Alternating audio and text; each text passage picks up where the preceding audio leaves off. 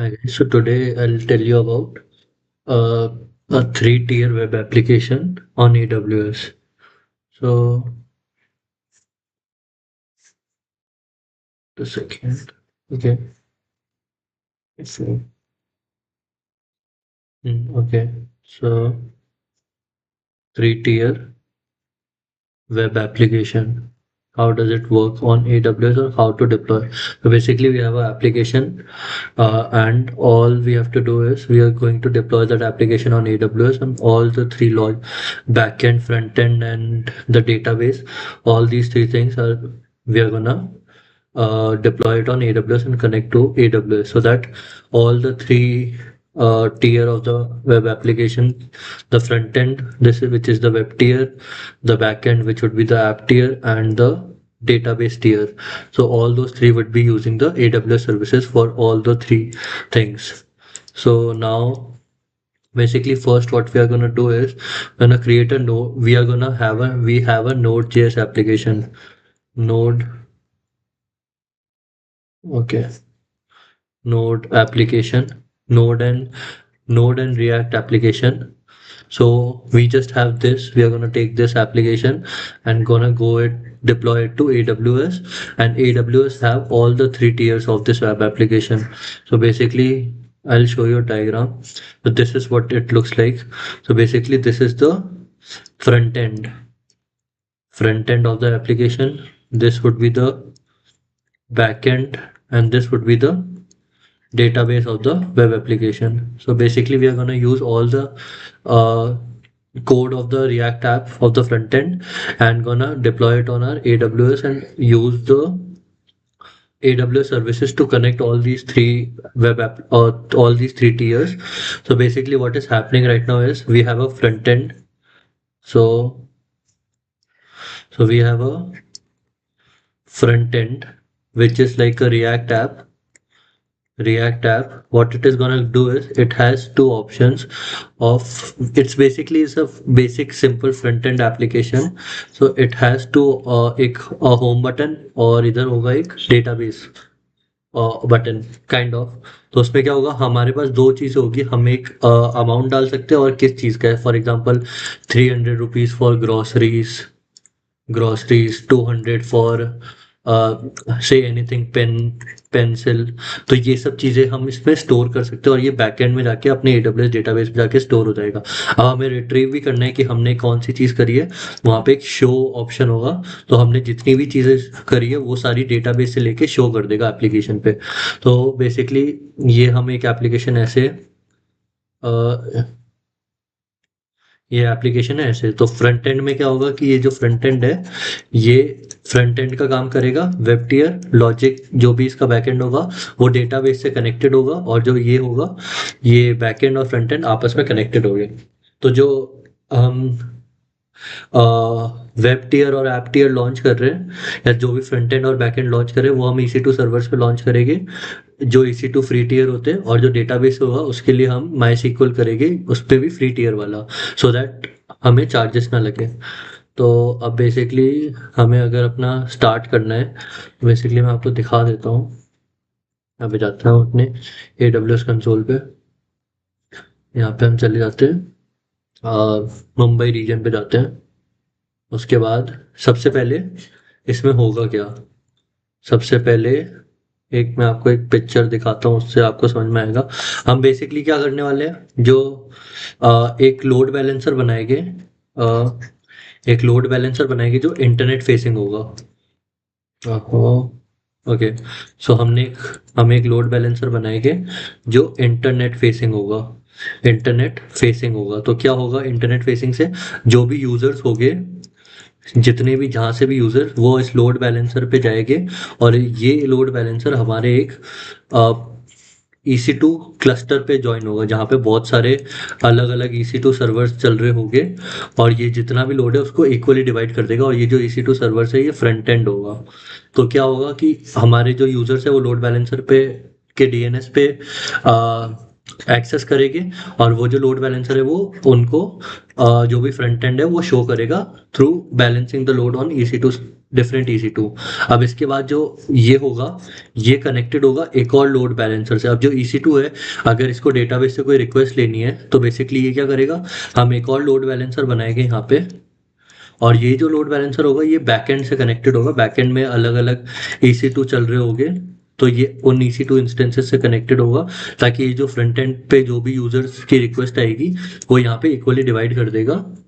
और ये जो है हम इसको प्राइवेट सबनेट पे लॉन्च करेंगे, क्योंकि हम नहीं चाहते कि हमारा ये इंटरनेट से कोई इसको एक्सेस कर पाए। और एक ये जो होगा ये एक डेटाबेस से कनेक्टेड होगा, तो ये हमारा डेटाबेस है। तो बेसिकली क्या करेगा, फ्रंट एंड ने रिक्वेस्ट करी कि हमें अपनी सारी रिक्वेस्ट देखनी है, जितने भी हमने स्टोर कराया डेटा। उसके बाद ये रिक्वेस्ट अपने बैकएंड पे जाएगी, ये बैकएंड के लोड बैलेंसर पे, लोड बैलेंसर इसकी रिक्वेस्ट को इक्वली डिस्ट्रीब्यूट करेगा, और ये यहाँ से डेटाबेस से रिट्रीव कर लेगी रिक्वेस्ट और वापस अपने फ्रंट एंड पे भेज देगी। तो बेसिकली क्या हो रहा है, हम दो लोड बैलेंसर बना रहे हैं, एक फ्रंट एंड के वेब सर्वर्स के लिए, एक बैकएंड के लिए, और डेटाबेस। और ये जो डेटाबेस होगा हम इसकी रीड रेप्लिकास बना देंगे, रीड रेप्लिकास अलग अलग रीजन में फॉर डिजास्टर रिकवरी। सपोजिटली अगर ये वाला डेटाबेस नहीं चलेगा तो ये जो रिक्वेस्ट है ये फॉरवर्ड हो जाएगी इन रीड रेप्लिकास पे, और यहाँ से ये रिक्वेस्ट फेच कर सकता है। तो हमारा जो 3 टियर वेब एप्लीकेशन होगा वो एक कंप्लीटली रन करेगा, और ऐसे कोई उसमें बेसिकली उसमें कोई वो नहीं होगा कि कोई भी एक EC2 सर्वर नहीं चलेगा तो हमारा साइट क्रैश हो जाएगी। इसलिए हमने लोड बैलेंसर डाले, और एक हम यहाँ पे एक ऑटो स्केलिंग ग्रुप भी डाल सकते हैं, that is like optional thing. अगर आप चाहते हो कि ऑटो स्केल हो जाए तो वो भी हम यहाँ पे अपने दोनों ही फ्रंट एंड और बैक एंड के सर्वर्स पे लगा सकते हैं। तो बेसिकली ये एक आर्किटेक्चर हुआ, इसकी मैं एक पिक्चर दिखा देता हूँ। सो ये एक पिक्चर है जो हम अभी करने वाले हैं। तो बेसिकली हम क्या करेंगे, सबसे पहले हम एक हाँ, तो सबसे पहले हम एक VPC बनाएंगे। सबसे पहले काम हम डिफॉल्ट VPC से काम नहीं करेंगे, हम खुद का एक VPC बनाएंगे। उसमें क्या हम देंगे, एक इंटरनेट गेटवे बनाएंगे। उसके बाद ये जो है, ये वाला जो लोड बैलेंसर है ये इंटरनेट फेसिंग होगा, इंटरनेट फेसिंग। तो बेसिकली क्या होगा, सबसे पहले हम ये वाला लोड बैलेंसर बनाएंगे, एक VPC बनाएंगे, उसको 2 अवेलेबिलिटी जोन में कर देंगे लॉन्च। अब उसके बाद हम क्या करेंगे, एक लोड बैलेंसर, एक पब्लिक सबनेट होगा। प्राइवेट सबनेट्स पे क्या होगा, अपना ऐप टियर यानी बैकएंड, बैकएंड। अब ये बैकएंड और ये डेटाबेस, तो बेसिकली ये दोनों हम प्राइवेट सबनेट्स पे लॉन्च करेंगे, क्योंकि हम नहीं चाहते कि इंटरनेट से कोई इसको एक्सेस कर पाए। और अगर इनके पैचिंग अपडेट के लिए तो हम एक नेट गेटवे बना देंगे, जो क्या करेगा, इनको इंटरनेट का एक्सेस दे देगा। इंटरनेट से नहीं देगा, इनको सिर्फ इंटरनेट एक्सेस देगा 1 वे। तो उससे क्या होगा कि नेट गेटवे से क्या होगा कि जो भी ये है इनकी पैचिंग अपडेट्स हो जाएगी, जस्ट इन केस अगर हमें चाहिए होगी तो। उसके बाद जो फ्रंट एंड पे है उस पर हम एक लोड बैलेंसर, ये जो EC2 ये जो 2 EC2 सर्वर है इंस्टेंसेस, ये क्या करेगी कि फ्रंट एंड, अपनी जो भी फ्रंट एंड का कोड है वो इन पे रन होगा, जो बैक एंड का कोड होगा इनसे रिक्वेस्ट लेने का वो इन EC2 सर्वर्स पे रन होगा। और ये जो होगा ये हम इसको अपने माई अमेजोन डेटाबेस से, अमेजोन माई सीक्वल ले लेते हैं अभी हम, माई सीक्वल डेटाबेस से कनेक्ट कर देंगे। तो हम बेसिकली क्या कर रहे हैं कि यहाँ पे माई सीक्वल, तो बेसिकली हम क्या कर रहे हैं, एक 3 टियर वेब एप्लीकेशन बना रहे हैं। तो इन जनरली ये एक काफ़ी इंपॉर्टेंट एस्पेक्ट होता है, अगर हमें कोई एप्लीकेशन मिलती है तो हम उसको कैसे 3 टियर या फिर सारी उसके सारे फ्रंट एंड बैक एंड और डेटाबेस AWS पे कैसे डिप्लॉय करते हैं और लॉन्च करते हैं। तो बेसिकली दिस इज, ये इस तरीके से अपनी कुछ एप्लीकेशन लगेगी। तो फर्स्टली हम क्या कर रहे हैं, सबसे पहले जो हमें करना है, हमें एक VPC बनाना है, उसके बाद हम सारी चीज़ें करेंगे। तो हम चलते हैं अपने AWS कंसोल पे, यहाँ पे हम मुंबई रीजन पे है, हम यहाँ पे जाएंगे, एक VPC क्रिएट करेंगे। तो VPC क्रिएट करने के लिए हम यहाँ जा रहे हैं, VPC पे जाएंगे, और अभी ये डिफ़ॉल्ट VPC, हम एक क्रिएट VPC करेंगे। हम फास्ट प्रोसेस कर सकते हैं, ये एक VPC का फ्लो चार्ट होगा जिसमें हम अपना प्रोजेक्ट दे सकते हैं। हम यहाँ पे दे देते हैं 3 टियर, 3 टियर यूट्यूब। ओके, तो ये क्या होगा, 3 टियर प्रोजेक्ट लिख देता हूँ, 3 टियर प्रोजेक्ट। तो ये क्या करेगा कि ये जो हर चीज़ जो भी हमारे ये रूट टेबल्स वगैरह सब बनेंगी, ये क्या कर रहा है कि एक उसका प्रीफिक्स बना देगा ताकि हमें इजीली रिकग्नाइज कर पाए उसको। तो अब देखो, एक 3 टियर VPC बनेगा, सबनेट्स, रूट टेबल सब, तो सबका प्रीफिक्स एक 3 टियर हो जाएगा। उसके बाद क्या कर रहे हैं, हम अपने VPC का साइडर ब्लॉक दे रहे हैं। तो हम यहाँ पे साइडर ब्लॉक ले सकते हैं 192.162. 0.0/22। तो बेसिकली हम अपने वीपीसी का ये साइडर ब्लॉक ले रहे हैं। उसके बाद अवेलेबिलिटी जोन हम 2 कर रहे हैं। उसके बाद अगर हमें पब्लिक सबनेट चाहिए तो हम क्या कर रहे थे, जो अपना पब्लिक सबनेट हमें 2 चाहिए, क्योंकि हमें सिर्फ अपने जो फ्रंट एंड है वो पब्लिक पे डालना है, बाकी सब प्राइवेट सबनेट्स पे डालना है। तो यहाँ पे 2 पब्लिक सबनेट की नीडेड है और 4 प्राइवेट सबनेट। तो हम यहाँ जाएंगे, अपना 2 पब्लिक सबनेट और 4 प्राइवेट सबनेट कर देंगे। उसके बाद नेट गेटवे हमें एक चाहिए, ताकि हमें पैचिंग अपडेट के लिए हेल्प मिल पाए प्राइवेट सबनेट से। तो यहाँ पे नेट गेटवे, और हम एंड पॉइंट्स अभी नहीं बना रहे क्योंकि हमें ज़रूरत नहीं है, हमें इसको किसी और वीपीसी से कनेक्ट नहीं करना, तो हम अभी के लिए ये नहीं बना रहे। तो बेसिकली अभी हमने क्या किया है, हमने एक वीपीसी बना रहे हैं जिसमें प्रीफिक्स होगा 3 टियर। तो इसमें क्या होगा, एक दो पब्लिक सबनेट हो गए, 4 प्राइवेट सबनेट हो गए। उसके बाद इसको हम 2 अवेलेबिलिटी जोन में डाल रहे हैं, एपी साउथ 1 ए, एपी साउथ 1 बी। उसके बाद जो भी ये वीपीसी इनके प्रीफिक्स हमने दे दिए है, इसका एक साइडर ब्लॉक हमने दे दिया है, इसके अंदर 1024 आईपीज हो गए। तो बेसिकली आप कुछ भी साइडर ब्लॉक दे सकते हो जितनी आपको आईपी एड्रेसेस नीड है। अभी हमने सबसे छोटा लिया है, तो हमने एक 192.162.0.0 डाल दिया उसका साइडर ब्लॉक। उसके बाद हमें कुछ नहीं करना, हमें बस जाके एक क्रिएट वीपीसी करना है। अब बेसिकली ये 5 7 10 मिनट लेगा, और ये आप देख सकते हो यहाँ पे, आप ये वीपीसी क्रिएटिंग सबनेट और सब चीज़ें ये एक हमें बना के दे देगा। तो बेसिकली अभी हमने क्या कर दिया है, अभी हमने अपनी इस एप्लीकेशन पे वीपीसी बना दिया है, नेट गेटवे बना दिया है, और अवेलेबिलिटी जोन बना दिया है, और पब्लिक सबनेट बना दिया। अब हमें अंदर की चीज़ें, सारी चीज़ें बनानी है। तो बेसिकली ये करने के लिए हमने अभी वीपी हमने वीपीसी बना दिया, नेट गेटवे बना दिया, और अवेलेबिलिटी जोन बना दिए, पब्लिक सबनेट बना दिया, प्राइवेट सबनेट बना दिया, प्राइवेट सबनेट बना दिया। अब इसके बाद जो हमें करना है, हमें क्या करना है, ऐप की जो कोड होगा उसको डिप्लॉय करना है ऑन EC2 इंस्टेंस। तो बेसिकली अभी हमने क्या किया, हमने आउटर अपना एक वीपीसी क्लस्टर बना दिया। उसके बाद हम उसके अंदर EC2 सर्विसेज लॉन्च करेंगे। और यहाँ देख सकते हैं अभी ये बन रहा है, रूट टेबल और ये सब। तो जब तक ये बन रहा है तब तक हम वेट करते हैं। और तब तक एक और चीज़ बता देता हूँ कि जो ये लोड बैलेंसर होगा, ये दोनों के लिए हम अलग अलग लोड बैलेंसर बनाएंगे। ये वाला जो लोड बैलेंसर होगा, ये वाला इंटरनेट फेसिंग होगा, क्योंकि हम चाहते हैं कि ये, पर जो दूसरा वाला लोड बैलेंसर बनाएंगे वो हम इंटरनल लोड बैलेंसर बनाएंगे, इंटरनल लोड बैलेंसर, ताकि ये वाले लोड बैलेंसर को इंटरनेट का एक्सेस नहीं मिल पाए। और इसके अलावा हमें एक और चीज़ बनानी होगी, हमें सिक्योरिटी ग्रुप्स बनाने होंगे, सिक्योरिटी ग्रुप्स। तो बेसिकली सिक्योरिटी ग्रुप्स हम हर चीज़ के लिए अलग अलग बनाएंगे। हम एक लोड बैलेंसर के लिए एक सिक्योरिटी ग्रुप बनाएंगे, इन EC2 के लिए बनाएंगे, इस लोड बैलेंसर के लिए बनाएंगे, फिर इन EC2 और डेटाबेस के लिए फाइनली एक लोड बैलेंसर बनाएंगे। तो जब तक ये बन रहा है, ये चलो ये बन गया है सक्सेस। तो हम यहाँ पे व्यू वीपीसी करेंगे, और यहाँ पे जाके देखेंगे अपना ये वीपीसी बन गया है। ये और वीपीसी इसमें जाओ, और ये आप देखोगे अपना ये 3 टियर प्रोजेक्ट वीपीसी ये बन गया है। अब इसमें आप रिसोर्स में आप देख सकते हो, तो ये अपना एक 3 टियर वीपीसी बन गया, इंटरनेट गेटवे बन गया, नेट गेटवे बन गया। अब इसके बाद ये साइडर ब्लॉग आप इसका देख सकते हो। अब जब ये वीपीसी बन गया है, जब हमारे सबनेट बन गए हैं, यहाँ पे देख नहीं रहे, रिफ्रेश करता हूँ, हाँ। तो ये हमारे सबनेट बन गए हैं।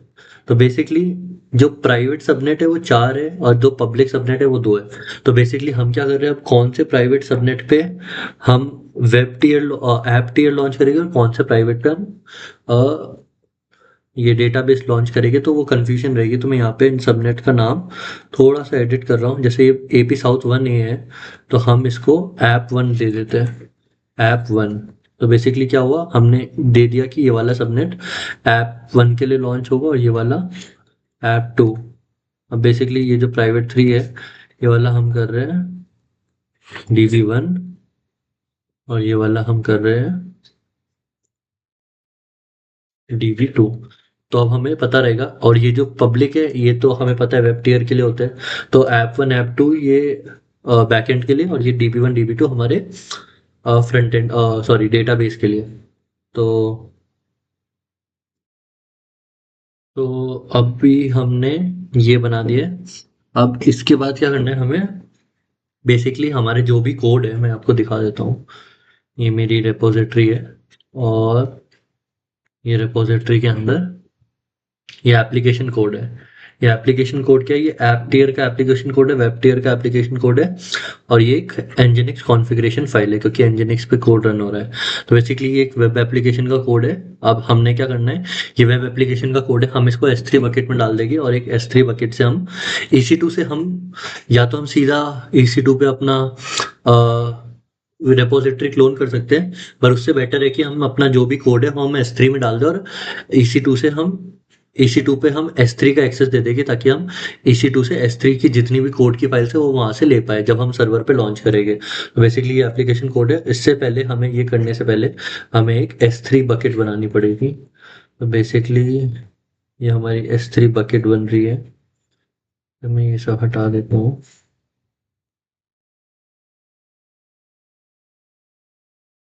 ठीक है, तो ये एक S3 बकेट है। यहाँ पे मैं जाऊँगा क्रिएट S3 बकेट करूँगा, जनरल पर्पस बकेट का नाम मैं डाल देता हूँ YT3 tier YT3 tier bucket YT3 tier bucket. अब उसके बाद हम सब एकदम डिफ़ॉल्ट रखेंगे और एक क्रिएट बकेट कर देंगे। अब बेसिकली हमने क्या किया, एक बकेट बना दी है जिसका काम है YT3 टियर बकेट। बेसिकली ये बकेट क्या करेगी, इसमें हम अपना कोड डालेंगे और ये बकेट्स को हम एक्सेस दे EC2 को हम एक्सेस दे देगी ये बकेट का। अब क्या करेगी EC2, इस बकेट से एप्लीकेशन कोड लेगी और सारा एप्लीकेशन कोड रन कर देगी। अब उसके लिए हम अपना यहाँ पे जाएंगे और देखो, यहाँ पे हमारा कोड है documents GitHub AWS 3 tier web app और ये जो एप्लीकेशन कोड है ये हम जाके इस बकेट में ड्रैग एंड ड्रॉप कर देंगे, बेसिकली अपलोड। तो अब हमारा जो भी एप्लीकेशन कोड है वो हम इस बकेट के अंदर अपलोड कर रहे हैं ताकि हमें लोकल से कुछ काम ही नहीं बचेगा। सब चीज़ें हमारा एप्लीकेशन कोड वगैरह सब हमारा इस बकेट पे लॉन्च हो गया। अब आप देखोगे ये बकेट्स है हमारी, ये यूट्यूब 3 टियर बकेट, इसके अंदर ये एप्लीकेशन कोड है, ये वेब टियर nginx कॉन्फ़िगरेशन और ये सब। बेसिकली हमें क्या करना है, ये वेब टियर एप्लीकेशन कोड को EC2 को एक्सेस देना है। उसके लिए हमें एक IAM रोल बनाना पड़ता है। अब बेसिकली IAM रोल बनाना पड़ेगा हमें एक, जिस IAM रोल में क्या होगा कि इससे बताता हूँ। अब बेसिकली क्या होता है, जो ये प्राइवेट सबनेट है इसको अगर ओके, ये हमारा प्राइवेट सबनेट पे 2 EC2 इंस्टेंस लॉन्च है और पब्लिक दो, और यहाँ पे भी 2 प्राइवेट सबनेट पे EC2 इंस्टेंस लॉन्च है। अब क्या होगा, यहाँ पे ये जो पब्लिक सबनेट है इसको इसका एक्सेस लेने के लिए हम क्या करेंगे, या तो एक बेस्टियन होस्ट बनाना पड़ेगा, यहाँ पे एक EC2 इंस्टेंस लॉन्च करना पड़ेगा जिसके अंदर जाके हम इस EC2 इंस्टेंस का एक्सेस कर पाएंगे। पर वो एक लॉन्ग प्रोसेस और एक लेंदी प्रोसेस है, उससे बढ़िया हम क्या करेंगे, एक SSM एजेंट बनाएंगे। SSM या फिर सेशन मैनेजर एक यूज़ करेंगे, जिससे क्या होगा, सेशन मैनेजर से क्या होगा, ये जो EC2 इंस्टेंस है इसको एक्सेस मिल जाएगा, ये जो प्राइवेट EC2 इंस्टेंसेस है इनको एक्सेस मिल जाएगा एक दूसरे को एक्सेस करने का। तो SSM एजेंट का हम यूज़ करेंगे यहाँ पे, क्योंकि ये प्राइवेट सबनेट पे हम इनमें SSH कर नहीं सकते, तो इसलिए हम एक SSM एजेंट बनाएंगे और वो मैं दिखा देता हूँ। SSM एजेंट की एक IAM पॉलिसी बनाएंगे। तो यहाँ पे जाएंगे, IAM में जाएंगे, क्रिएट IAM पॉलिसी करेंगे, IAM में गए, एक रोल बनाएंगे। हालांकि मैंने एक IAM रोल बना दिया है, मैं आपको दिखा देता हूँ, YT3 टियर प्रोजेक्ट रोल। आप IAM रोल बना सकते हो, इसके अंदर सिर्फ एक पॉलिसी अटैच हुई है, Amazon EC2 role for SSM। तो बेसिकली ये पॉलिसी के अंदर क्या है, SSM एक सेशन मैनेजर है, ये EC2 इंस्टेंस को एक्सेस देता है, किस किस चीज़ का एक्सेस देता है मैं वो बता देता हूँ। यहाँ हम नीचे जाओगे, S3 बकेट से ये हमें एप्लीकेशन कोड S3 बकेट में, तो IAM रोल S3 में गेट ऑब्जेक्ट और सब चीज़ें S3 बकेट को एक्सेस रोल दे देगा, ताकि ये जो IAM रोल, ये जो रोल है, ये जो हम EC2 को देंगे तो EC2 S3 से चीज़ें ले सकता है, तो ये हम रोल अपने सारे EC2 इंस्टेंसेस को देंगे। तो बेसिकली हमने ये एप्लीकेशन कोड डाल दिया है। एप्लीकेशन कोड डालने के बाद हमने एक बकेट बना दी, एप्लीकेशन कोड उसमें डाल दिया। अब बेसिकली ये जो सबनेट है हमने इनको डिवाइड कर दिया है। अब हमें एक डेटाबेस लॉन्च करना पड़ेगा सबसे पहले। तो यहाँ पे जाऊँगा RDS, हम डेटाबेस पे जाएंगे और बेसिकली सबसे पहले हमें डेटाबेस लॉन्च करने से पहले एक सबनेट ग्रुप बना देंगे। सबनेट ग्रुप क्या, जो जो सबनेट इस डेटाबेस के हैं, वो हम इस सबनेट ग्रुप में डाल देंगे। तो हम डाल देंगे YT, सबनेट ग्रुप का हम नाम दे देते हैं YT 3 tier, नहीं या फिर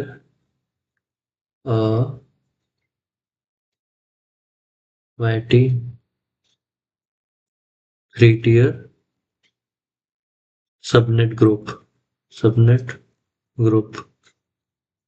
सेम हम इसका डिस्क्रिप्शन भी सेम दे देते हैं। हम इसको VPC दे देंगे अपना 3 tier वाला। अवेलेबिलिटी जोन हमारा साउथ 1A और साउथ 1B है। उसके बाद सबनेट, अब जो साउथ 1A वाले सबनेट है हमें वो देखना है। हमारा जो DB1 है हमने नाम दिया हुआ है ये, और DB2 हम ये वाला, तो हम ये वाला सबनेट ज्वाइन कर देंगे। तो देख सकते हो ये जो दो सबनेट है, ये हम इसका एक सबनेट ग्रुप हमने बना दिया। तो बेसिकली ये हमारा सबनेट ग्रुप हो गया है। अब हम डेटाबेस जाके बनाएंगे। तो बेसिकली ये नोटिफिकेशंस क्लोज कर देते हैं, एक क्रिएट डेटाबेस करते हैं। बेसिकली जो अरोरा, और हम अरोरा डेटाबेस ले सकते हैं, बट अरोरा डेटाबेस लेने की दिक्कत ये है कि जब हम जाएंगे तो ये 1100 USD हमें चार्ज करेगा। तो बेसिकली अरोरा हमें फ्री टियर नहीं देता, तो हम माई सीक्वल ले रहे हैं। इसमें आप देख सकते हो फ्री टियर है, तो हम ये फ्री टियर में जाएंगे। बट फ्री टियर में क्या होगा कि हम मल्टी एजी डिप्लॉयमेंट नहीं कर पाएंगे, विच इज़ फाइन। हम रीड रेप्लिकास मैनुअली बना देंगे।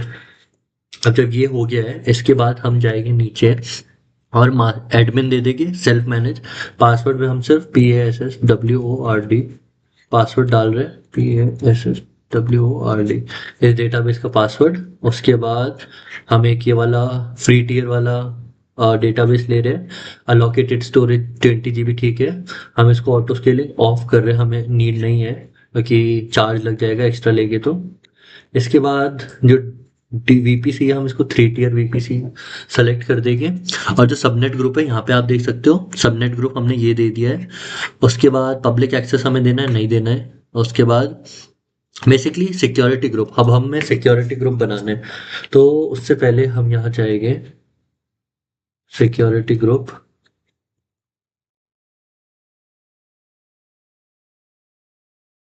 Security group. अब यहाँ पे हम जा सकते हैं अपने सिक्योरिटी ग्रुप पे, और हम सबके लिए सिक्योरिटी ग्रुप बनाएंगे। किस किस चीज़ के लिए सिक्योरिटी ग्रुप बनाना है, तो वो ये सब चीज़ें है। हमें हमें एक सिक्योरिटी ग्रुप बनाना है अपने इस लोड बैलेंसर के लिए, एक इन EC2 इंस्टेंसेस के लिए, एक इस लोड बैलेंसर के लिए, एक इन EC2 इंस्टेंसेस के लिए, और एक डेटाबेस के लिए। सो चलते हैं एक डेटाबेस के लिए सिक्योरिटी ग्रुप बनाते हैं। सिक्योरिटी ग्रुप्स में गए, क्रिएट सिक्योरिटी ग्रुप। अब बेसिक क्या है, database, database security group, database security group. उसके बाद डिस्क्रिप्शन में भी हम सेम डाल देंगे, डेटाबेस सिक्योरिटी ग्रुप। हम इसको VPC अपना वाला प्रोवाइड कर देंगे। उसके बाद इनबाउंड रूल्स हम डालेंगे डेटाबेस को हम एक्सेस करने के लिए। बेसिकली सो अब हम एक सिक्योरिटी ग्रुप बना रहे हैं जो डेटाबेस का सिक्योरिटी ग्रुप होगा। अब जो डेटाबेस है ये हमारा बेसिकली अरोरा या फिर माई सीक्वल डेटाबेस है, तो हम माई सीक्वल डेटाबेस पे बनाएंगे। और हम एनीवेयर नहीं कर रहे, वरना हमारा डेटाबेस हर कोई एक्सेस कर पाएगा। हम इसको अभी फॉर नाउ, यूजुअली हमें इसको ऐप बैकएंड का सिक्योरिटी ग्रुप से असाइन करना पड़ता है, बट फॉर नाउ अभी हम अपना जो ये VPC है इसका साइडर ब्लॉक हम इसको Control C, हमारा जो ये VPC है हम इसको हमने VPC का साइडर ब्लॉक दे रहे, तो जो भी हमारे VPC के अंदर होगा, यहाँ पे लिख देते हैं VPC साइडर। तो बेसिकली क्या होगा कि हमारा जो भी VPC के अंदर रिसोर्सेज है वो इसको एक्सेस कर पाएंगे। तो अभी हम यहाँ कर पा रहे हैं। उसके बाद क्रिएट सिक्योरिटी ग्रुप। बेसिकली हमने क्या करा, एक डेटाबेस का सिक्योरिटी ग्रुप बना दिया। अब हम एक और सिक्योरिटी ग्रुप बनाएंगे। हम बनाएंगे सिक्योरिटी ग्रुप अपना web app load balancer, web app, ALB application, ये क्या होगा, इंटरनेट फेसिंग होगा। तो वेब ऐप या फिर वेब टीयर लिख देते हैं, वेब टीयर,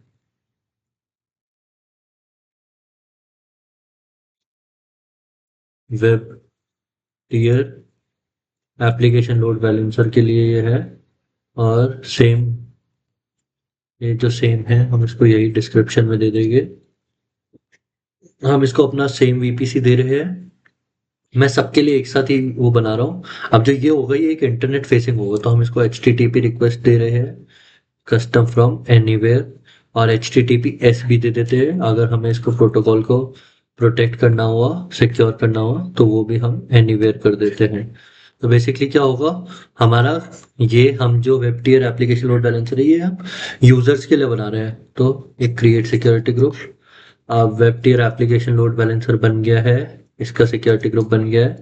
इसके बाद एक वेब टियर सिक्योरिटी ग्रुप, अभी तो लोड बैलेंसर का था, अभी हमने इस लोड बैलेंसर का बनाया, अब हम इन पब्लिक सबनेट पे जो वेब टियर है इनके सिक्योरिटी ग्रुप बना रहे हैं। तो हम यहाँ जाएंगे, create security group, web security group, अब वेब सिक्योरिटी ग्रुप, और VPC अपना दे देंगे। इनबाउंड रूल में हम डालेंगे कस्टम TCP, या फिर, और यहाँ पे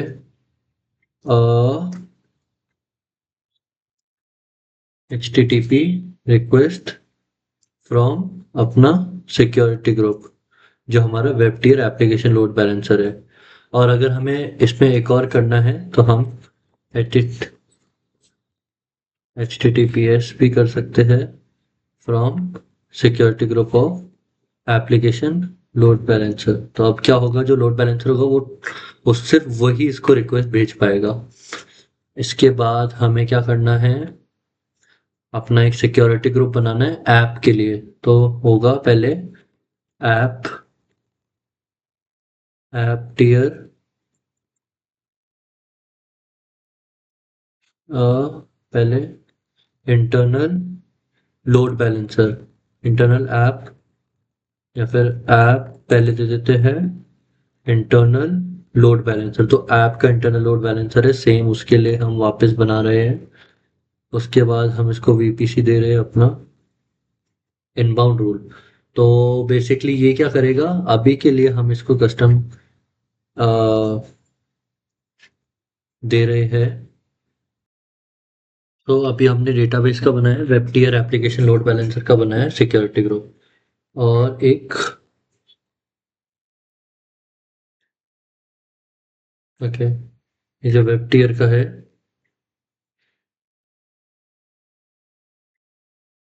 ठीक है। तो उसके बाद हमारा एक वेब सिक्योरिटी ग्रुप भी है और एक वेब टियर सिक्योरिटी ग्रुप भी है। अभी तब तक हम जो हमारा डेटाबेस था इसमें हम अपने एक एग्जिस्टिंग सिक्योरिटी ग्रुप लगा देते हैं। हमने यहाँ पे VPC सेलेक्ट किया, इसको रिफ्रेश करना पड़ेगा क्योंकि आया नहीं है। बेसिकली वापस SQL, देन इधर फ्री टियर, उसके बाद हम इसको नाम दे रहे हैं YouTube 3 tier database, admin password दे रहे PWD पासवर्ड दे दिया हमने इसको, इंस्टेंस दे दिया, ऑटो स्केलिंग हटा दी, डोंट कनेक्ट टू, ठीक है, सिक्योर VPC दे दिया, सबनेट ग्रुप दे दिया। अब जो एग्जिस्टिंग है हमारा, ये हमारा कौन सा है, डेटाबेस सिक्योरिटी ग्रुप, हमने इसको डेटाबेस सिक्योरिटी ग्रुप असाइन कर दिया। अवेलेबिलिटी जोन कर सकते हो। उसके बाद जो हमारा ये, ओके, नीचे नीचे नीचे additional configuration, enable auto backups अभी हम ऑफ कर देते हैं ताकि हमारा सिक्योरिटी ग्रुप जल्दी बन जाए। Auto minor version upgrade of कर देते हैं, और डिलीट प्रोटेक्शन भी ऑफ है। और बस हमने सिक्योरिटी ग्रुप दे दिया है, और अब हम जाके अपना डेटाबेस बना रहे हैं। तो बेसिकली जब तक डेटाबेस बन रहा है तब तक हम बाकी सारे अपने सिक्योरिटी ग्रुप्स बना देते हैं। 5-7 मिनट लगेंगे। तो अभी हमने दो सिक्योरिटी ग्रुप बना दिए, वेब टियर और वेब सिक्योरिटी ग्रुप और डेटाबेस। अब हमें ऐप सिक्योरिटी ग्रुप बनाना है। App security group, app security group. उसके बाद जो वीपीसी है, हम इसको अपना वीपीसी सेलेक्ट करेंगे। इनबाउंड रूल, जो हमारा ऐप है ये अपना एक कस्टम उस पे चल रहा है हमारा ऐप, जो पोर्ट 4000 पे चलेगा। तो बेसिकली अगर हमको हमारा ऐप सर्वर बनाना, एक सेकेंड, हाँ, तो इसमें हमारा जो ऐप है वो 4000 पे चल रहा है, और जो यहाँ पे है हम इसको अपना पूरा वीपीसी का सीआईडी ब्लॉक दे देते हैं। तो सिक्योरिटी ग्रुप, यहाँ जाके हम अपने सीआईडी साइडर ब्लॉक, ये हो गया वीपीसी साइडर। यहाँ 4000 इसलिए रखा है, जो हमारा ऐप का कोड है वो 4000 पोर्ट पे रन करता है। बस ये, और क्रिएट सिक्योरिटी ग्रुप। अब ये बन गया हमारा ऐप का सिक्योरिटी ग्रुप। अब एक इंटरनल ऐप का जो लोड बैलेंसर है उसका, तो app internal load balancer security group. अब सेम हम इसको दे देंगे, और वीपीसी सेलेक्ट किया, और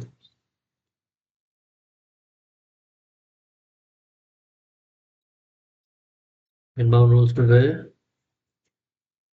HTTP, देन इधर हम कस्टम में जाएंगे, पूरी वीपीसी सी आई यहाँ पे जाएंगे, और पूरा वीपीसी का सीआईडी रेंज दे देंगे। एंड सब ये तो चेस का कुछ पता चला तेरे को? इंटरव्यू तो हाँ। Okay, so now that all our that our database is currently created, and our security groups are also created, all the security groups. Basically, first thing that we have to do is edit our file. So basically, this is our database, and this is the endpoint which we can access it. So basically, in our S3 bucket, in our S3 bucket, we have a config file in our nginx config file. So basically I'll show you the config file here. I'll just open this.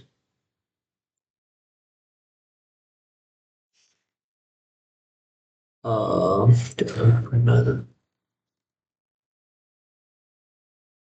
Okay, गलत खोल दिया.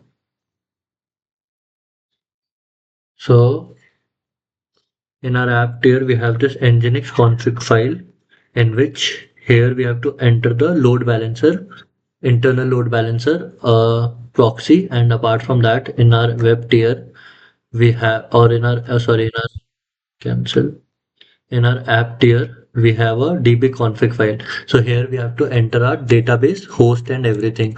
तो यहाँ database का host अपना जो है वो डाल देता हूँ, YouTube 3 tier पासवर्ड, और ताकि जो हमारा ऐप है वो एक्सेस कर पाए पासवर्ड। तो ये मेरा डेटाबेस की कॉन्फ़िग फाइल हो गई है। अब ये कॉन्फ़िग फाइल हमें अपने वहाँ पे S3 में जाके चेंज करनी होगी। तो ये कॉन्फ़िग फाइल है। अब ऐप टियर के अंदर ये डीबी कॉन्फ़िग फाइल है। अब ये हमें रिप्लेस करनी है अपनी इस कॉन्फ़िग फाइल से। तो यहाँ जाओ, 3 tier application code, app tier के अंदर ये जो डीबी कॉन्फ़िग फाइल है, ये डीबी कॉन्फ़िग फाइल यहाँ लाओ और अपलोड कर दो। तो बेसिकली अब जो हमारी ये वाली डीबी कॉन्फ़िग फाइल है, ये अभी हमारी जिसके इस कॉन्फ़िग फाइल में हमारा डेटाबेस है। Basically open notepad just once. तो ये जो हमारी डेट कॉन्फ़िग फाइल है, जिसमें हमारा डेटाबेस का सारा यूआरएल और एंड पॉइंट है, तो ये हमने अपडेट कर दिया अपनी S3 बकेट में। अब उसके बाद हम डीबी कॉन्फ़िग फाइल एडिट करने के बाद हम जाएंगे अपने EC2 इंस्टेंसेस पे। तो बेसिकली अभी हमने जितना भी सेटअप किया है वो सेटअप हो गया। अब हमें यहाँ पे एक EC2 इंस्टेंस लॉन्च करना है, ये वाले प्राइवेट सबनेट के EC2 इंस्टेंस, और इसको डेटाबेस से कनेक्ट करना है। तो बेसिकली अब हमें प्राइवेट सबनेट की EC2 इंस्टेंस बनाने हैं। यहाँ हमने डेटाबेस बना दिया है। अब हमें इसको इससे कनेक्ट करना है और प्राइवेट सबनेट पे। तो बेसिकली अभी हमें यहाँ के EC2 इंस्टेंस लॉन्च करेंगे। वापस एक फोटो डाल देता हूँ।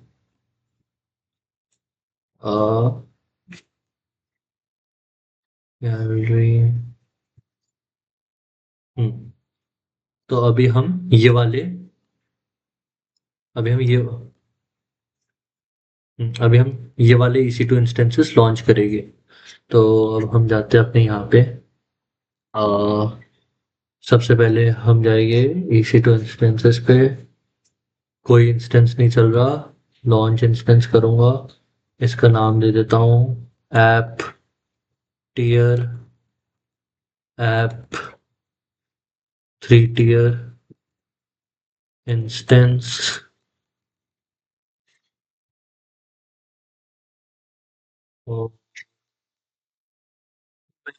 AMI लिनक्स 2 ले रहा हूँ फ्री टियर वाला। और T2 माइक्रो पे ही इंस्टेंस लॉन्च करूँगा। की पेयर आप कोई भी सेलेक्ट कर सकते हो। उसके बाद एक एक्सिस्टिंग सिक्योरिटी ग्रुप हमें सेलेक्ट करना है। पहले तो हम इसको VPC असाइन करेंगे अपना। ये VPC असाइन हो गया। सबनेट जो हमारा EC2 है ये हमारा इंटरनल है, तो हम इसको ऐप 1 वाले सबनेट में ज्वाइन करेंगे। तो बेसिकली हम इसको जो लॉन्च कर रहे हैं हम इसको ऐप 1 वाले सबनेट पे लॉन्च करेंगे, क्योंकि हमारा ये इंटरनल EC2 है, तो हम इसको उस सबनेट में ज्वाइन करेंगे जो इसके लिए बनाया है हमने। उसके बाद ऑटो साइन IP नहीं चाहिए, एग्जिस्टिंग सबनेट ग्रुप। तो हमारा एक हमने ऐप सिक्योरिटी ग्रुप बनाया है, वो हम इसको असाइन कर देंगे। ऐप सिक्योरिटी ग्रुप क्या था, जिससे हम जो सिक्योरिटी ग्रुप हमने इसके लिए ही इसेंशियली बनाया था। उसके बाद मोस्ट प्रोबेबली हमें एडवांस डिटेल में जाना है और एक IAM रोल असाइन करना है। तो IAM रोल मैंने जो बनाया था मैं इसको वही असाइन कर रहा हूँ, प्रोजेक्ट रोल 3। और लॉन्च इंस्टेंस लॉन्च होने देंगे। अब बेसिकली ये इंस्टेंस लॉन्च हो गया है। अब बेसिकली मैं तुम्हें बताता हूँ ये इम्प्लीमेंटेशन स्टेप्स। अब इसमें क्या है, जब हमने इसको EC2 एप्लीकेशन कौन ओके ऐप सर्वर सेटअप, हमने EC2 इंस्टेंस लॉन्च कर दिया। अब हमें हमारा MySQL डेटाबेस है, तो हम उसमें एक ये MySQL क्लाइंट इंस्टॉल करेंगे। अब बेसिकली अब ये हो गया लॉन्च। इसका पब्लिक IPv4 है नहीं, ये प्राइवेट सबनेट पे है। हमने इसको SSM एजेंट प्रोवाइड किया था, तो उससे क्या होगा, हम इसको सेशन मैनेजर से कनेक्ट कर पाएंगे। सेशन मैनेजर से कनेक्ट किया हमने इसको। sudo su रूट यूजर पे गए हम। यहाँ पे हम चेंज करेंगे डायरेक्टरी होम और EC2 यूजर। अब बेसिकली हम यहाँ पे पेस्ट कर देंगे अपना ये जो कोड है, to install MySQL client. Copy किया, यहाँ पेस्ट कर दिया। ओ ओके, पेस्ट नहीं हो रहा। तो ये पेस्ट हो गया। तो इसने क्या करा, एक MySQL क्लाइंट इंस्टॉल कर दिया। क्लियर। MySQL क्लाइंट इंस्टॉल होने के बाद क्या करना है, हमें अपना MySQL को डेटाबेस से कनेक्ट करना है। तो उसके लिए MySQL डैश होस्ट, होस्ट में हम अपना होस्ट डालेंगे। होस्ट क्या है, डेटाबेस। ये होस्ट की कॉपी और होस्ट, और यहाँ पे जाके पेस्ट। मैंने पेस्ट किया। एडमिन यूजर नेम पासवर्ड, और पासवर्ड वायर से भी हम इसको डाल सकते हैं, और एंटर। तो हम अपने MySQL के अंदर आ गए। हमारा जो डेटाबेस है प्राइवेट इंस्टेंस पे दोनों और दोनों हम उसके अंदर आ गए। बेसिकली डेटाबेस के अंदर आने के बाद हम एक क्रिएट डेटाबेस कर लेते हैं। अब पहले शो डेटाबेसेस दिखा देता हूँ। डेटाबेसेस बेसिकली अभी कोई है नहीं। अब हम एक क्रिएट डेटाबेस करेंगे वेब ऐप के नाम से।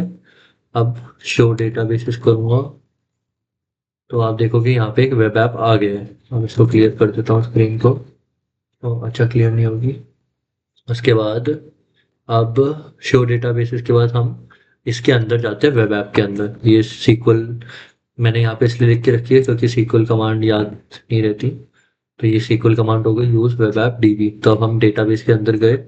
अब हम एक टेबल बना देंगे। टेबल का क्या है, ये टेबल का एक क्वेरी है, सीक्वल क्वेरी। हम इसको टेबल बनाएंगे और यहाँ पे जाके हम एक क्रिएट टेबल करेंगे। टेबल अगर टेबल है नहीं है तो फिर ट्रांजैक्शंस नाम की एक टेबल बनेगी और ये हो गया। अब इसको शो टेबल्स कर सकते हो, ये शो टेबल्स, तो ये ट्रांजैक्शन नाम की टेबल बन गई है।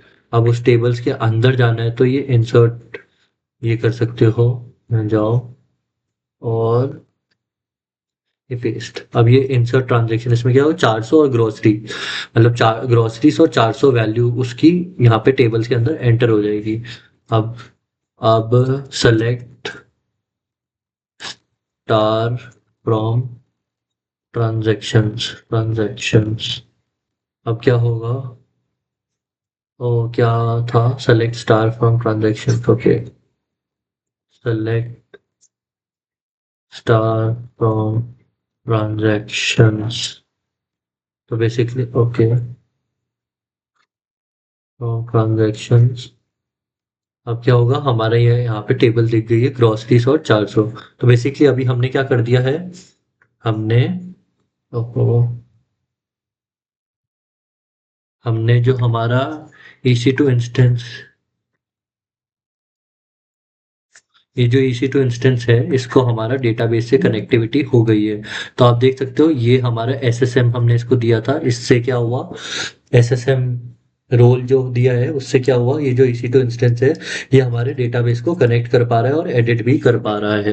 तो ये देख सकते हो हमने अभी ग्रोसरीज डाल दी है। अब एग्जिट होने के लिए हम इसको दे सकते हैं एग्जिट, तो ये हमारा माई सीक्वल से एग्जिट हो गया है।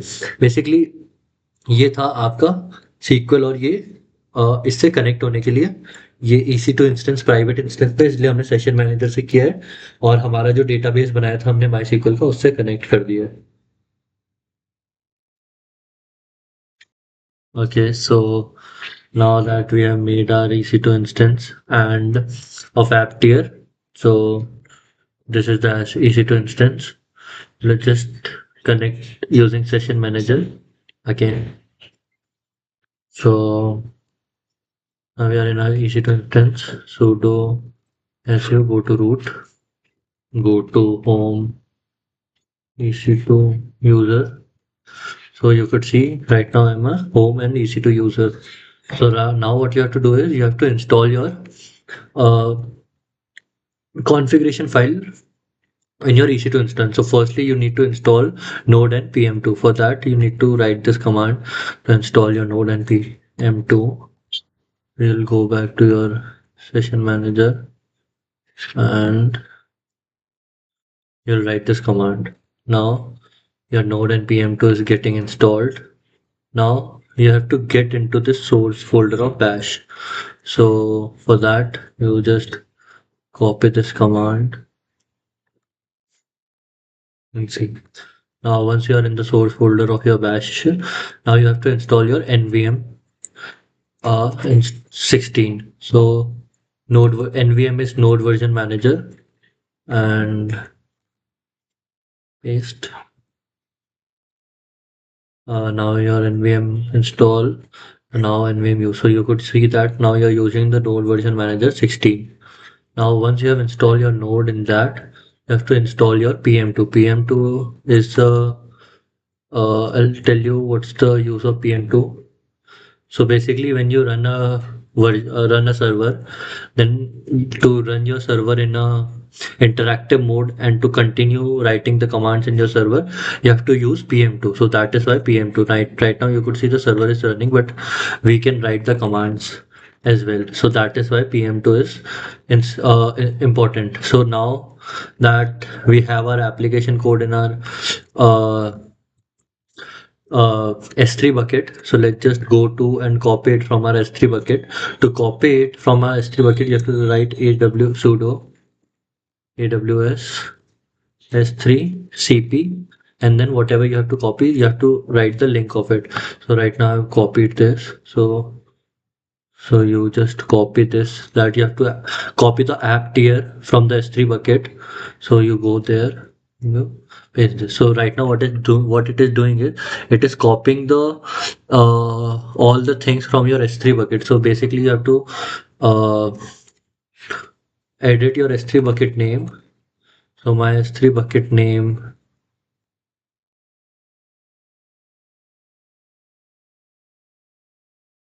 So this is my S3 bucket name. Just copy this S3 bucket name and just edit it. So this is my S3 bucket name, and that application code is a folder, and in that app tier, and I have to copy it, all the things. So that is what I am right now doing. So right now it is copying all the things. You could see, now you could do ls. You could see app tier is there. So let's just go into app tier. Now we are in the app tier folder. Now all these things are inside the app tier folder. So basically you have to install your node and pm2 inside this. So basically let's just install a node and pm install. So basically it will install your node, and that using pm2 you'll start your file.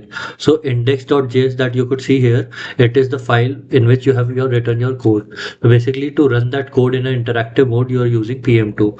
So pm2 start index.js. Basically it will start. So basically now you could see that your server is right now started using pm2 in an interactive mode. So now to see anything, so you could see pm2 list. So you could see this, that all the servers that are running in an interactive mode. So this is what I was telling you about the interactive mode. And then you could see pm2 logs. So here you could see that all the logs. So our application was running on port 4000. You could see it here. Now after that you could see pm2 status. So you could see this is the status online. So right now our pm2 everything is done. So after that you could see pm2 startup. These are the different commands in pm2 for that, for which you could see. So this is the startup. You could see after doing this pm2 startup, what it will do is, so basically it will, whenever you restart your instance, then it will automatically start the node inside this index.js file. So that is what startup. Every time your EC2 instance gets restarted, तो जैसे जैसे restart होगा वैसे वैसे node वापस start हो जाएगा. अब pm2 save. अब हमने ये सक्सेसफुली सेव कर दी है अपनी pm2 फाइल. अब अपनी एप्लीकेशन रनिंग चेक करने के लिए ये एक कमांड है. तो बेसिकली ये क्या करेगा आपको क्लियर. तो बेसिकली ये अगर आप ये कमांड डालोगे, तो बेसिकली इसने स्लैश हेल्थ लिखा है. तो एक हमने एक एप्लीकेशन में एक रूट सेट हुआ हुआ है स्लैश हेल्थ, जिससे पता चलेगा वो एक दिस इज हेल्दी सर्च करके भेजेगा, this is a healthy check. अगर ये आ रहा है it is means your application is successfully running. Basically अब आपकी एप्लीकेशन सक्सेसफुल रन कर रही है. सो या now after that you could just okay yeah it got hanged. तो अब ये हो गया आपका. अब आपको क्या करना है, इसके बाद आपको एक इंटरनल लोड बैलेंसर सेट करना है. इंटरनल लोड बैलेंसर आपको अपना एक बनाना पड़ेगा. उसके लिए इंटरनल लोड बैलेंसर बनाने के लिए सबसे पहले आप एक टारगेट ग्रुप बनाओगे. टारगेट ग्रुप किसका, जो ऐप टायर के इंस्टेंसेस है. इंस्टेंसेस टारगेट ग्रुप नाम internal load balancer target group. App लिख देता हूँ. App internal load balancer target group run हो रहा था हमारा 4000 पे लिसन करेगा. और इसको हम अपना 3 टियर वो दे देते हैं. और यहाँ पे स्लैश हेल्थ चेक के लिए स्लैश हेल्थ था अपना रूट. उसके बाद टैग्स और बाकी सब चीज़ें ऑप्शनल है. हम नेक्स्ट पे जाएंगे और अपना EC2 इंस्टेंस कनेक्ट कर देंगे. ये अपना ऐप 3 टियर इंस्टेंस है, इसको हम कनेक्ट करेंगे और ये हमारा एक टारगेट ग्रुप बन गया. आप और भी EC2 इंस्टेंस बना सकते हो, अभी मैं एक ही बना रहा हूँ.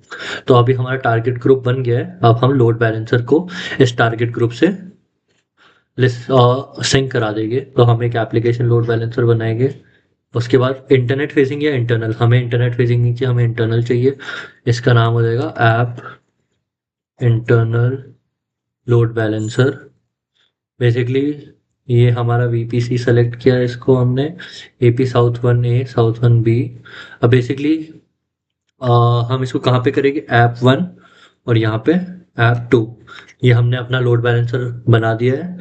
उसके बाद सिक्योरिटी ग्रुप हम इसको अटैच करेंगे, अपना ऐप इंटरनल लोड बैलेंसर वाला सिक्योरिटी ग्रुप. ये पोर्ट 80 पे जाएगा और ये पोर्ट 80 पे लिसन करेगा और रूट कर देगा जो भी ट्रैफिक है वो अपने टारगेट ग्रुप को। टारगेट ग्रुप में हमारे सारे EC2 इंस्टेंसेस है बस, और तो हमें ऐसा कुछ नहीं करना है। ये सब हमने चेक कर लिया, internal load balancer app 1 app 2 पे, बस ठीक है। अब लोड बैलेंसर हमने बना दिया है। तो बेसिकली अब जब हमारा लोड बैलेंसर बन गया है तो अब ये 2 अवेलेबिलिटी ज़ोन पे ये काम कर रहा है। अब बेसिकली हमने क्या किया, अपना एक लोड बैलेंसर बनाया है और ये हमारा एक लोड बैलेंसर हो गया है। अब लोड बैलेंसर बनने के बाद जो हमारा लोड बैलेंसर है, एक बार बनने देता हूँ। ये हमारा लोड बैलेंसर है।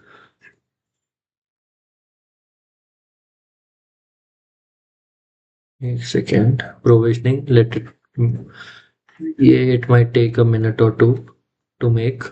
जब तक ये लोड बैलेंसर बन रहा है तब तक हम क्या करेंगे, एक वेब सर्वर के लिए हम अपना EC2 इंस्टेंस बना देते हैं। हम अपने इसको क्लोज करो सेशन मैनेजर को। अभी हमने एक EC2 इंस्टेंस बनाया था, अब हम एक और EC2 इंस्टेंस बनाएंगे। ओके, लोड बैलेंसर है, यहाँ पे जाएगी इंस्टेंसेस। अभी हमने ऐप टियर का इंस्टेंस बनाया था, अब हम एक और लॉन्च इंस्टेंस करेंगे web tier. This is for front end web tier in web 3 tier application instance. ठीक है, हम इसको लिनक्स 2 दे रहे हैं फ्री टियर।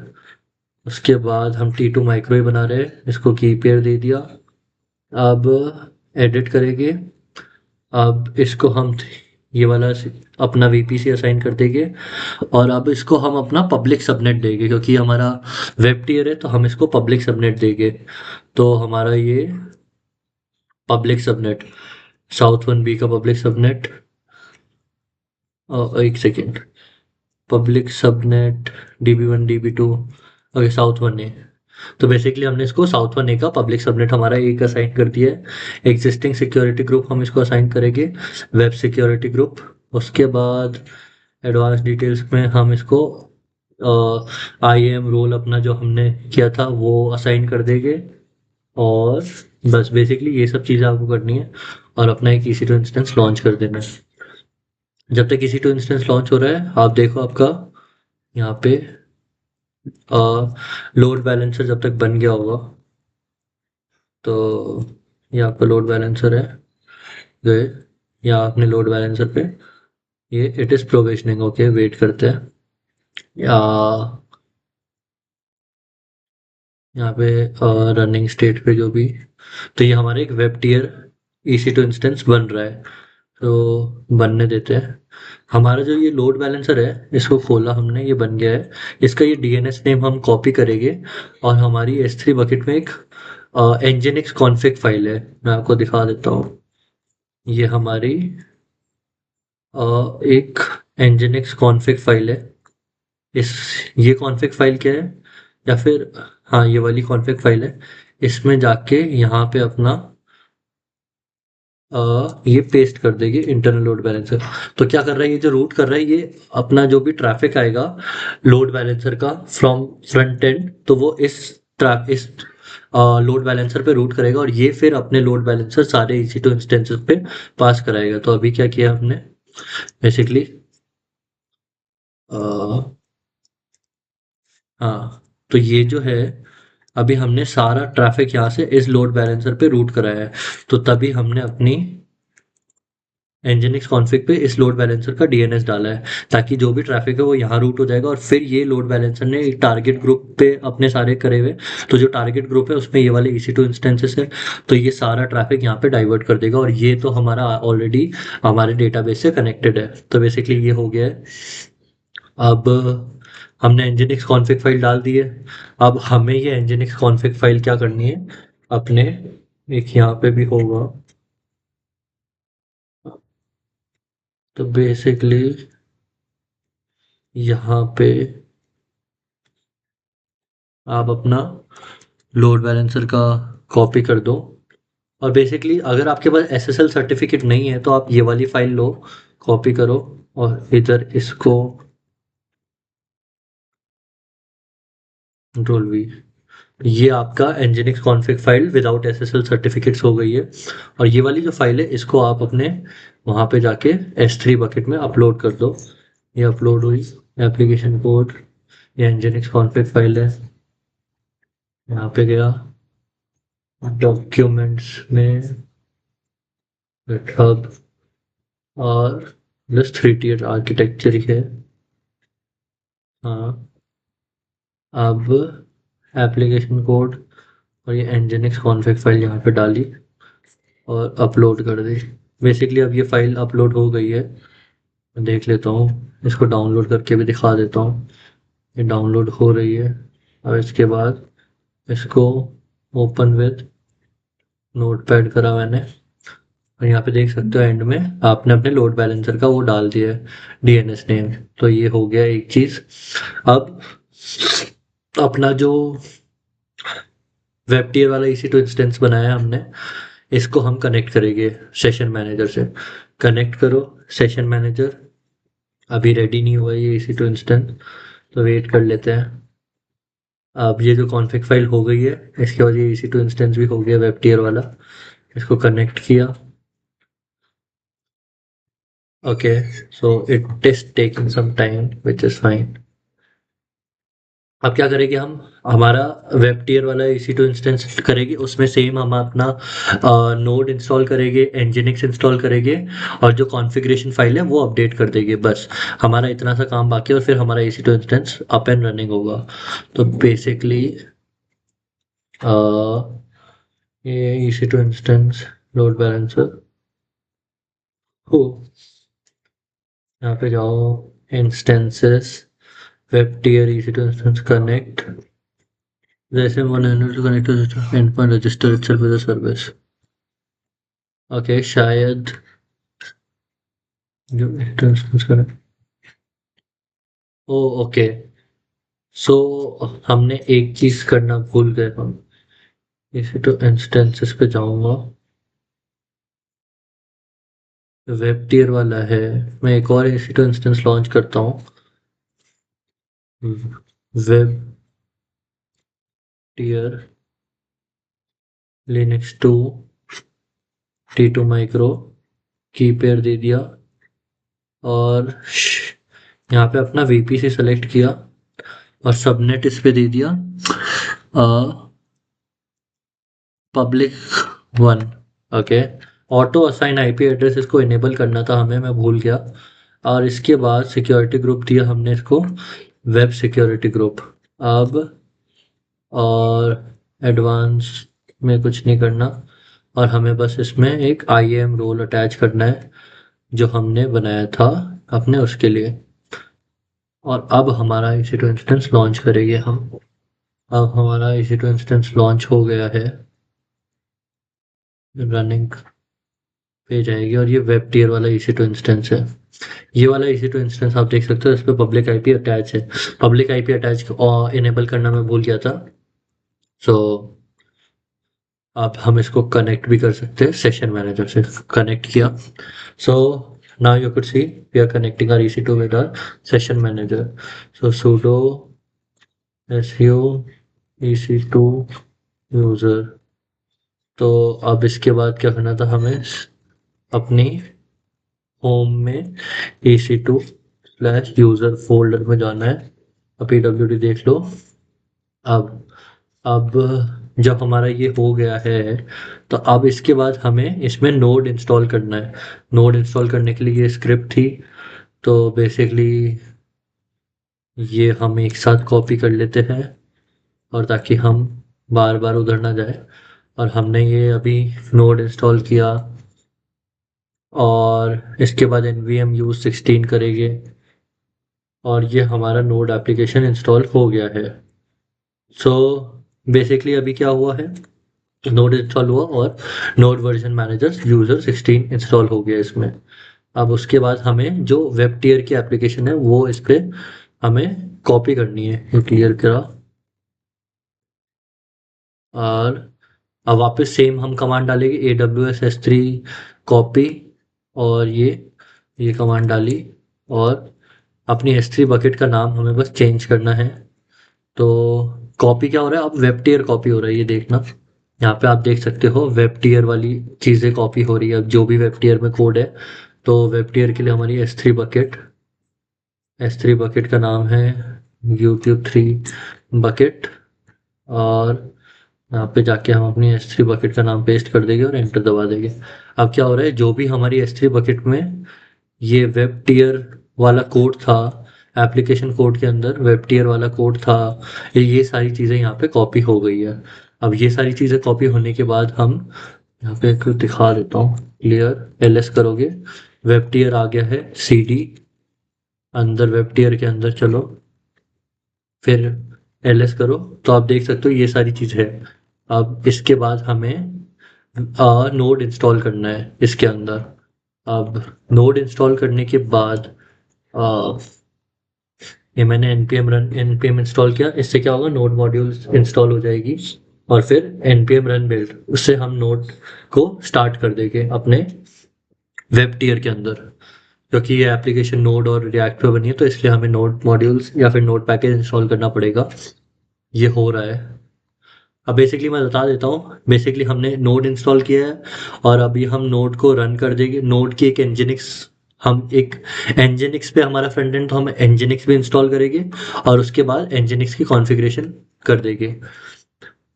जो हमारी एनजिनिक्स की कॉन्फ़िगरेशन है हमारे S3 बकेट में, हमने वो एडिट करी थी। हमने उसमें अपना इंटरनल लोड बैलेंसर का वो डाला था DNS नेम, तो वो भी करेंगे। और ये नोड इंस्टॉल हो रहा है, might take a minute or two. सो अब बस हमारा कुछ काम नहीं बचा है, इसके बाद हमें एक इंटरनेट फेसिंग लोड बैलेंसर बनाना है। npm रन बिल्ड कर दूंगा अब मैं, और ये नोड हमारा इंस्टॉल हो गया है। अब ये जो सूडो अमेज़न लिनक्स एक्स्ट्रा है, ये क्या है, एक लिनक्स की एक्स्ट्रा, जो भी आपके लिनक्स 2 पे लाइब्रेरी मिलती है, वो लिनक्स 2 पे सारी लाइब्रेरीज नहीं मिलती, तो एक एक्स्ट्रास होती है। Okay, creating an optimized production build. Okay, अब इस कमांड का मतलब क्या है, ये एक लिनक्स की एक्स्ट्रा लाइब्रेरी से एनजिनिक्स इंस्टॉल कर रहा है बेसिकली ये। तो लिनक्स की जो भी एक्स्ट्रा लाइब्रेरी है उससे एनजिनिक्स इंस्टॉल कर लेगा, और एनजिनिक्स इंस्टॉल करने के बाद हमें सिर्फ एनजिनिक्स की कॉन्फ़िगरेशन करनी है। तो हम इस फ़ोल्डर के अंदर चले जाएंगे, क्योंकि अब जब एनजिनिक्स इंस्टॉल होता है तो बेसिकली पेस्ट, अब हम ETC फ़ोल्डर के अंदर जाएंगे। अब बेसिकली क्या होगा, एनजिनिक्स इंस्टॉल होने के बाद ये एक एनजिनिक्स कॉन्फ़िग फाइल ऑलरेडी बना देता है। मैं दिखा देता हूँ, ये एलिस करा तो आप ये देख सकते हो एक एनजिनिक्स कॉन्फ़िग फाइल ऑलरेडी बना दी है इसने। पर हमारी जो एनजिनिक्स कॉन्फ़िग फाइल है उसमें हमें बेसिकली हमने उसमें अपना लोड बैलेंसर का DNS नेम डाला है, तो हम इसको रिमूव कर देंगे ये वाले एनजिनिक्स को। तो sudo rm nginx.config, तो बेसिकली ये क्या करेगा, ये आपके एनजिनिक्स फाइल को रिमूव कर देगा। तो ये कमांड डाल दी हमने और ये हमारी एनजिनिक्स फाइल रिमूव हो गई। अब जो हमारी S3 में एनजिनिक्स फाइल है हम उसको कॉपी कर लेंगे अपने यहाँ पे। बेसिकली अब आप ls करके देख लो, एनजिनिक्स कॉन्फ़िग फाइल नहीं है। उसके बाद पेस्ट कर लो और अपने S3 बकेट का नाम बदल दो।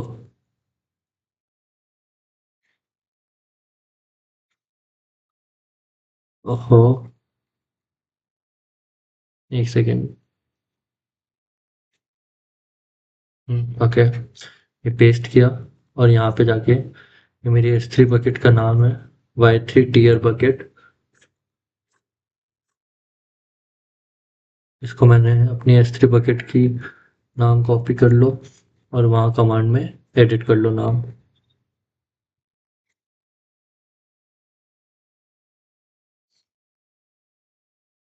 यहाँ पे पेस्ट करा और ये हमारी S3 बकेट का। अब क्या होगा, आपकी एक nginx कॉन्फ़िग फाइल S3 से यहाँ पे कॉपी हो जाएगी। अब ls करो, यहाँ पे देख लो एक नई nginx फाइल आ गई है, cat nginx ginx.config भी करोगे तो ginx.config CONF। ओके, तो आप देख सकते हो इसमें जो आपकी nginx फाइल है ये वही वाली है जो जिसमें आपका इंटरनल लोड बैलेंसर का DNS नेम है। क्लियर कर दो स्क्रीन। अब जब nginx हो गया है तो हम इसको start nginx service nginx restart nginx को बेसिकली रीस्टार्ट कर रहे हैं। अब इससे क्या होगा, जितनी बार भी आपका EC2 इंस्टेंस रीस्टार्ट होगा उतनी बार nginx अपने आप स्टार्ट हो जाएगा। हम chmod से EC2 इंस्टेंस को बेसिकली परमिशन दे रहे हैं रीड और राइट की। तो chmod करो और रीड एंड राइट की EC2 को परमिशन मिल गई है। उसके बाद हमें सिर्फ nginx सर्वर को ऑन करना है। ये गए और आपका nginx सर्वर ऑन हो गया बेसिकली। तो अब आप चाहो तो आपका जो ये वेब टियर वाला है इसका पब्लिक आईपी अब यहाँ पे कॉपी करो और यहाँ पे जाके आप पेस्ट कर दो। बेसिकली ये चलना चाहिए। और now you could see it is not working and why it is not working is because आपके जो सिक्योरिटी ग्रुप है। ओके, सो हाँ, तो इसका जो सिक्योरिटी ग्रुप है आप इसका चेक करो। तो आपने यहाँ पे देखा है कि आपके सिक्योरिटी पे सिर्फ लोड बैलेंसर का और उसका आ सकता है। तो बेसिकली आपको लोड बैलेंसर बनाना पड़ेगा या फिर for testing purpose I show you आप इधर HTTP फ्रॉम एनीवेयर कर दो ताकि आपका ये सेव रूल्स।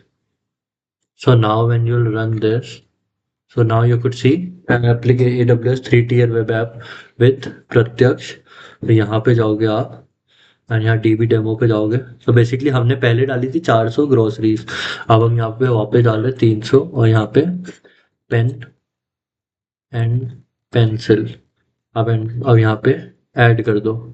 तो बेसिकली ये यहाँ पे पेन एंड पेंसिल ऐड हो गया। तो दिस इज ऑल अबाउट।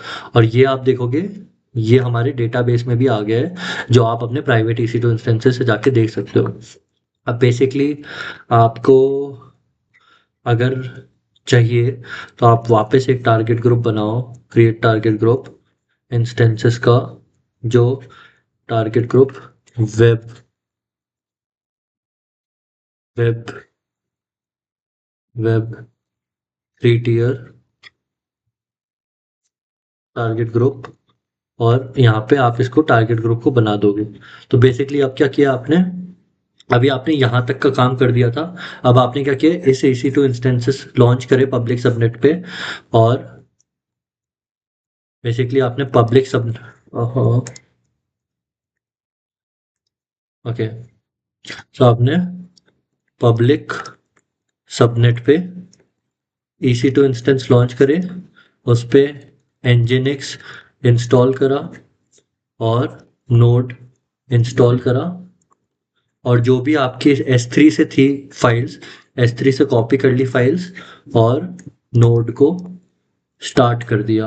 अब जो ये पब्लिक सबनेट है इसके आगे एक इलास्टिक लोड बैलेंसर लगाना है और ये इसको डाइवर्ट करेगा। तो बेसिकली अब जब होगा तो ये होगा। और ये आप देख सकते हो is a 3-tier architecture showing web tier, then पीछे से जो आपका बैकएंड है वो और डेटाबेस। तो this is what a 3-tier architecture on AWS will look like. So आप यहाँ से डिलीट भी कर सकते हो, तो डिलीट ऑल हो जाएगा तो वो आपके पीछे जो डेटाबेस आपने SQL का होना है उससे भी डिलीट हो जाएगा। और so yeah, this was all about a React app or 3-tier web app on AWS.